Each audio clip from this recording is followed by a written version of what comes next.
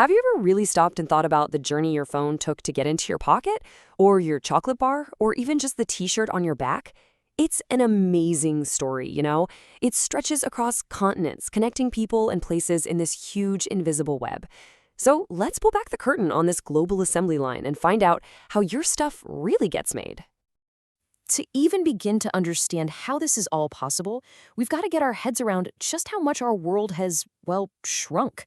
I mean, think about it. Back in the 1860s, a trip from London to Sydney was an 8-month commitment on a ship. 8 months! By the 1950s, planes on the Kangaroo route cut that down to a mind-blowing 12 days. And get this, by 2026, Project Sunrise is aiming to make that same trip in about 19 hours. This incredible squashing of time and distance didn't just change travel, it completely rewrote the rulebook for business. And it wasn't just about getting from point A to point B. Communication went through an even crazier revolution. Can you even imagine paying $245 for a quick 3-minute chat across the Atlantic? It's wild. Today, we jump on a crystal clear video call with someone on the other side of the planet for free. This instant, basically cost-free communication is the final piece of the puzzle that lets businesses play on a truly global stage. But how do they actually do it? Okay, so the first strategy is all about shopping. But we're talking about shopping on a planetary scale. Businesses today have access to what you could call a global pantry, letting them find the absolute best ingredients from anywhere in the world. This is what we call global sourcing. So what is it? Put simply, global sourcing is just the practice of a business buying its raw materials, its resources, or pretty much any other input it needs from suppliers in other countries. It's like a business looking at a world map and asking, okay, where can I get the best possible stuff for the best possible price? Let's make this super clear with something we all know and love, a Cadbury chocolate bar. Now, it's made right here in Australia, but its number one, most crucial ingredient, the cocoa bean, just can't be grown here. It's not the right climate. Cocoa only grows in the tropics, in this really narrow band around the equator.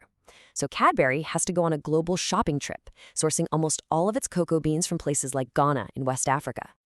Now, the upsides here are massive, right? Cadbury gets access to amazing materials they can't get at home, often for a better price, and it lets them focus on what they do best, making chocolate, not farming. But the challenge is, they're just as real. Shipping those beans from Ghana can take over a month. There's always a risk of something going wrong in transit, and you're dealing with totally different languages, laws, and ethical standards. It's a balancing act. And there's another huge hurdle to think about: tariffs. A tariff is really just a fancy word for a tax that a government puts on stuff coming into the country. It's designed to protect local businesses. So, imagine an Australian-made car costs $25,000. A similar car imported from China is cheaper, at $20,000. You'd probably buy the Chinese car, right? But what if the government slaps a 50% tariff on it? Suddenly, that car's price jumps to $30,000. All of a sudden, the local car looks like a much better deal.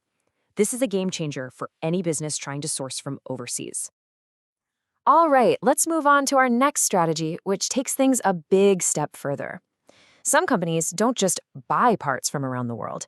They build their entire factories and make their products across borders. Welcome to the global factory. So what do we mean by overseas manufacturing? Well, it's when a business produces its goods in a country that's different from where its main headquarters is. This isn't just buying a few components. This is setting up your own whole production line on foreign soil. You're still in charge, but your factory floor is thousands of miles away. The most famous example of this is probably something you're holding right now, or it's in your pocket, the Apple iPhone. It's famously designed in California, but the final product is put together in these massive factory cities in places like Shenzhen, China. And why? Well, a huge reason is the significantly lower cost of labor, which just slashes the cost of making each phone. But before it even gets to that final assembly, the iPhone's parts go on this incredible world tour. The cobalt for the battery? Sourced from the Congo. The super advanced memory processors? They come from South Korea. The Wi-Fi chips are from Japan, and some critical semiconductors are made in Italy. All these specialized parts from all over the globe finally meet up in China to become the phone we all know. Of course, this comes with a major trade-off. For a company like Apple, the benefits are obvious: lower labor costs, access to a huge and skilled workforce. But the challenges are serious. It often means a loss of manufacturing jobs back home. You've got to deal with language and cultural barriers, And this is a big one, it links your brand with different ethical standards, which can lead to huge concerns about things like sweatshop labor or poor working conditions. Okay, that brings us to our third and final strategy, and this one's a little bit different. This isn't about buying parts, and it's not about building your own factory. This is about hiring other companies around the world to do specific jobs for you. This is the global office. So, global outsourcing is when a business hands over a specific task, like, say, customer support or its IT help desk, to a totally separate company that's located in another country. The key difference here is control. With overseas manufacturing, it's your factory, your employees. With outsourcing, you're paying another company's employees to do a piece of your business for you. A perfect example is when you call for tech support.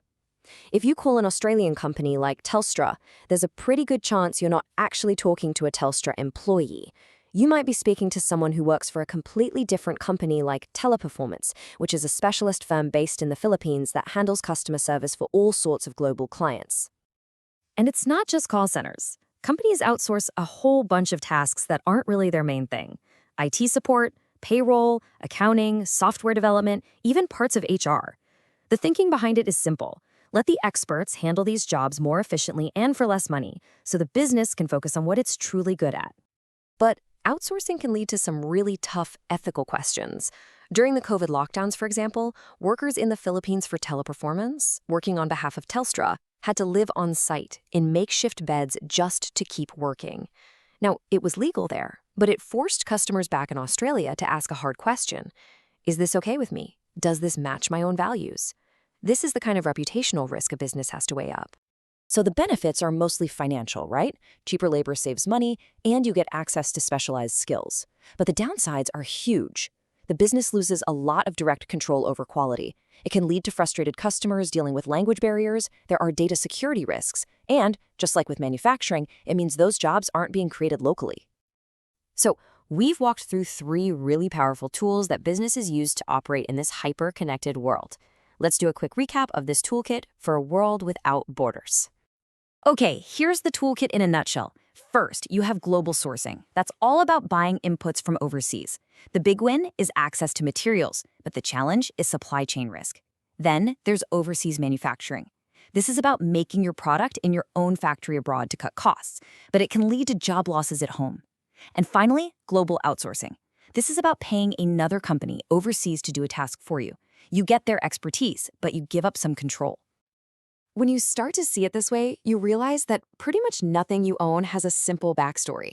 From the beans in your morning coffee, sourced from thousands of miles away, to the clothes made in a factory you'll never see, to the customer support agent you speak to from another continent, every single thing tells a global story.